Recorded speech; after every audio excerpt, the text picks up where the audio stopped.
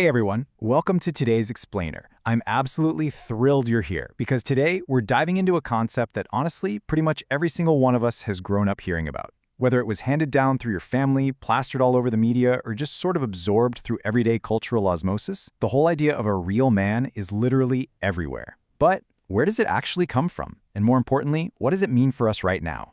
Actually, here's a crazy fact. Research shows that kids start internalizing these strict gender roles as early as age 3. 3 years old. It's baked into our development incredibly early on. Okay, let's dive into this. I want you to take a second and just really reflect on this question. What makes a real man? Think about the images and messages you've been fed since you were a kid. What is a man actually supposed to look like? How is he instructed to act when a crisis hits? What is he allowed to say? And, perhaps most restrictively, what is he told he should never, ever feel? These are the invisible rules that completely govern so much of human behavior. Which brings us to our first section, the inherited blueprint, or the so-called rules of manhood.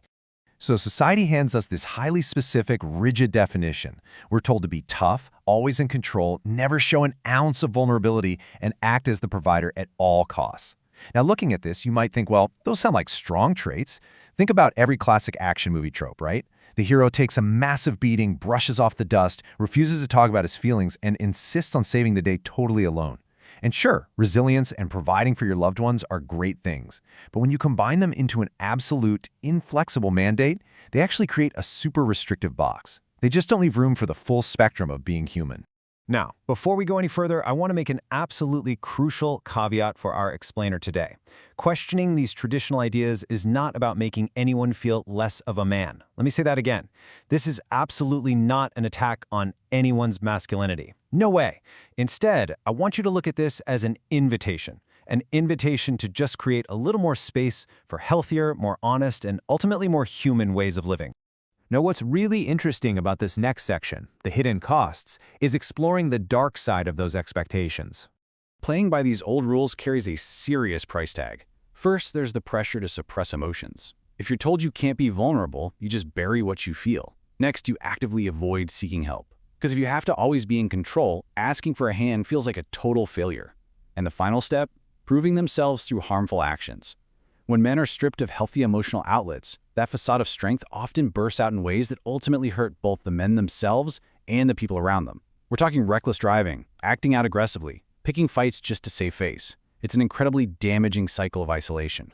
So, why do these rules stick around? That brings us to Section 3, Assumptions of Convenience. You see, these rigid definitions don't just act as a shield for men. They exist partly because, honestly, they're super convenient for the rest of society. When we just expect that men must always handle it or figure it out on their own, it subtly excuses others from taking responsibility. If society just assumes the guy is going to silently carry the burden, well, it makes it remarkably easy for everyone else to step back and not offer any support. And this brilliantly illustrates a much more dangerous layer to the whole thing.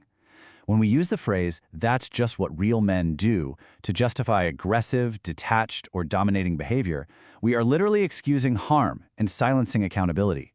Just labeling bad behavior as manliness. That damages our relationships, it fractures our communities, and it completely undermines our shared sense of safety and respect. Okay, let's pivot to Section 4, Adding Depth and Freedom by Redefining Manhood. This is where the whole conversation shifts, and honestly, this is the really exciting part. Redefining a real man is all about adding depth, adding freedom, and adding truth. Notice I said adding. It is not about taking a single thing away from your identity. It's about recognizing that you don't have to be boxed into those rigid, suffocating expectations we just talked about. You're adding these vital, expansive qualities to your life to make it richer, deeper, and way more authentic. Which brings us to a working definition of the new real man. It's a concept of manhood grounded in internal character rather than boxed into rigid external expectations. I absolutely love this because it means we are discovering a much better way forward. Together. It's something we can all build. A whole new paradigm where your worth isn't dictated by some outdated cultural checklist, but by who you actually are on the inside. And what exactly is that internal character built on?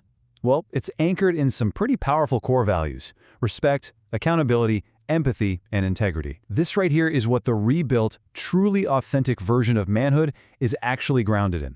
Think about it. It takes far, far more strength to practice empathy and hold yourself accountable than it does to just swallow your emotions and pretend you have the whole universe figured out. So the crucial point is right here in Section 5, choosing who you are. We are making this ultimate shift away from arbitrary gender expectations and focusing entirely on personal character. The old, incredibly limiting cultural question asks, "Are you man enough?" Right? It's a question basically designed to make you feel inadequate from the jump. But the new, empowering question asks, what kind of person are you choosing to be? That is a real game changer. That's a question that puts the power completely back in your hands, getting straight to the heart of what it means to be human. So I want to leave you with that lingering question today. What kind of person are you choosing to be?